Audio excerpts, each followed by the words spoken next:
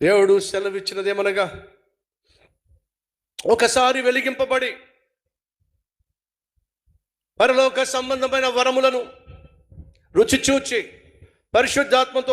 పరిశుద్ధాత్మలో పాలివారైన తరువాత తప్పిపోయిన వారు తమ విషయంలో దేవుని కుమారుడైన యేసుక్రీస్తును మరలా సిలువ వేయచ్చు బాహాటముగా ఆయనను అవమానపరుచుచున్నారో. వింటున్నారా సహోదరి సహోదరులు, వింటున్నారా? రక్షించబడ్డాం, బాప్తిసం తీసుకున్నాం, దేవుని కుమారులుగా మనల్ని మనం ఆయనకు అప్పగించుకున్నాం, కుమార్తెలుగా. రక్షించబడిన తరువాత ఒకవేళ ఆయన పట్ల భయము భక్తి లేకుండా నిర్భయంగా నువ్వు పాపం చేస్తున్నట్లయితే ఏం చేస్తున్నావు? ఒకవైపు దేవునికి కోపాన్ని తెప్పిస్తున్నావు, రెండో వైపు బల్లెం తీసుకుని గుండెల్లో పొడుస్తున్నావు. నీ కొడుకు సిగరెట్లు కాలుస్తున్నాడని నీకు తెలిసింది, నీ మనసు అల్లాడిపోయింది. అదే కొడుకు సిగరెట్ కాలుస్తూ ఇంటికి వచ్చాడు అనుకోండి, నీ మనసు ఏం చేస్తుంది? తల్లడిల్లిపోతుంది. ఎందుకని? నా కళ్ళ ముందే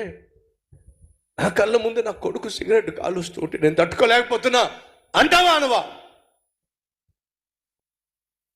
ఒకరోజు నేను ఒక స్నేహితులతో పాటు కూర్చున్నా.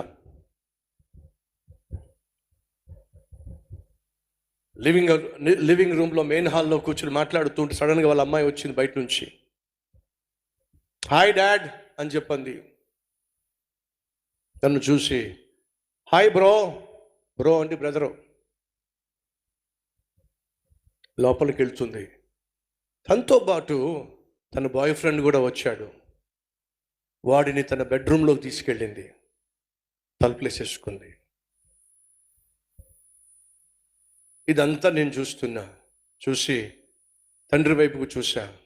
తండ్రి తలదించుకుని ఇలాగే ఉండిపోయాడండి. అడిగా,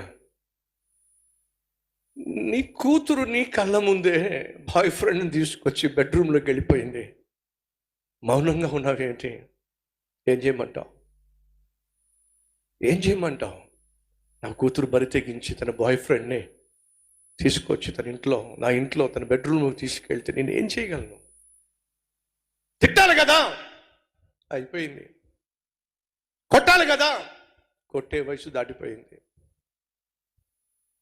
నా కళ్ళ ముందే నా కూతురు తన బాయ్ ఫ్రెండ్ని తీసుకొచ్చి నా ఇంట్లోనే బెడ్రూమ్లోకి వెళ్తే నేను ఏం చేయాలో నాకు అర్థం కావట్లా. ఏడవడం తప్ప.